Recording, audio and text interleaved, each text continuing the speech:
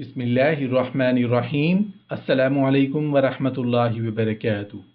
عورت کی اگلی شرمگاہ سے ہوا خارج ہو جائے تو وضو کے مسائل ان اردو۔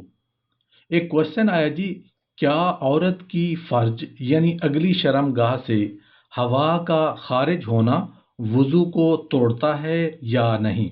آنسر اس کا یہ ہے، عورت کی فرج یعنی اگلی شرمگاہ سے ہوا خارج ہونے سے وضو نہیں ٹوٹتا، کیونکہ وہ دوبر سے نکلنے والی ہوا کی طرح نجاست والی جگہ سے نہیں نکلتی۔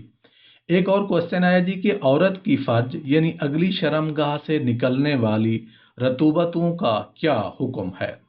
آنسر اس کا یہ ہے جی، نجس ہونے میں ان کا حکم پیشاب والا ہی ہے، لیکن جب یہ مسلسل آتی رہیں تو ان کا حکم سلسبول کا حکم، یعنی جس کا پیشاب مسلسل نکلتا رہتا ہے اس کو ہر بار وضو کرنے کی ضرورت نہیں ہے۔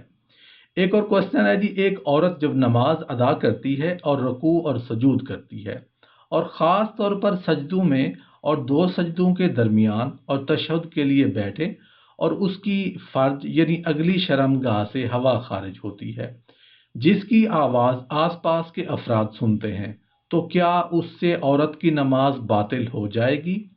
بعض اوقات اتنی تھوڑی ہوا خارج ہوتی ہے کہ جس کو کوئی بھی نہیں سنتا، تو کیا وضو اور نماز ٹوٹ جائیں گے؟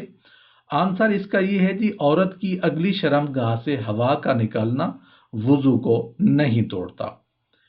ایک کوشچن ہے جی، کیا اپنے چھوٹے بچے کا لباس تبدیل کرتے وقت اس کی شرمگاہ کو ہاتھ لگ جانے سے وضو ٹوٹ جائے گا؟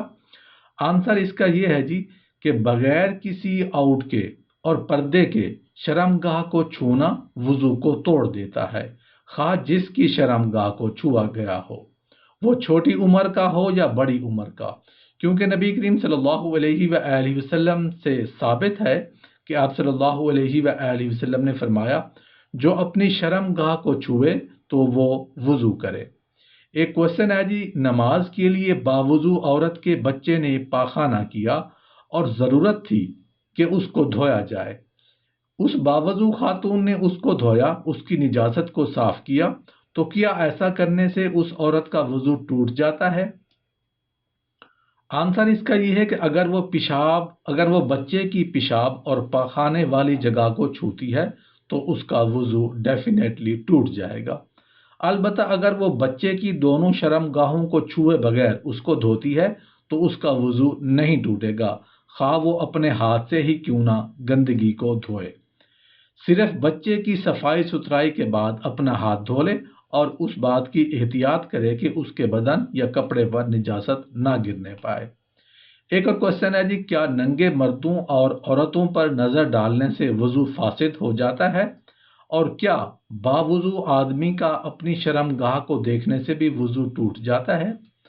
آنسر اس کا یہ ہے جی، باوضو آدمی کا ننگے مردوں اور عورتوں کو صرف دیکھنے سے وضو نہیں ٹوٹا کرتا، اور نہ ہی متوضی کا اپنی شرمگاہ کو دیکھنے سے وضو فاسد ہوتا ہے، کیونکہ اس پر کوئی دلیل وارد نہیں۔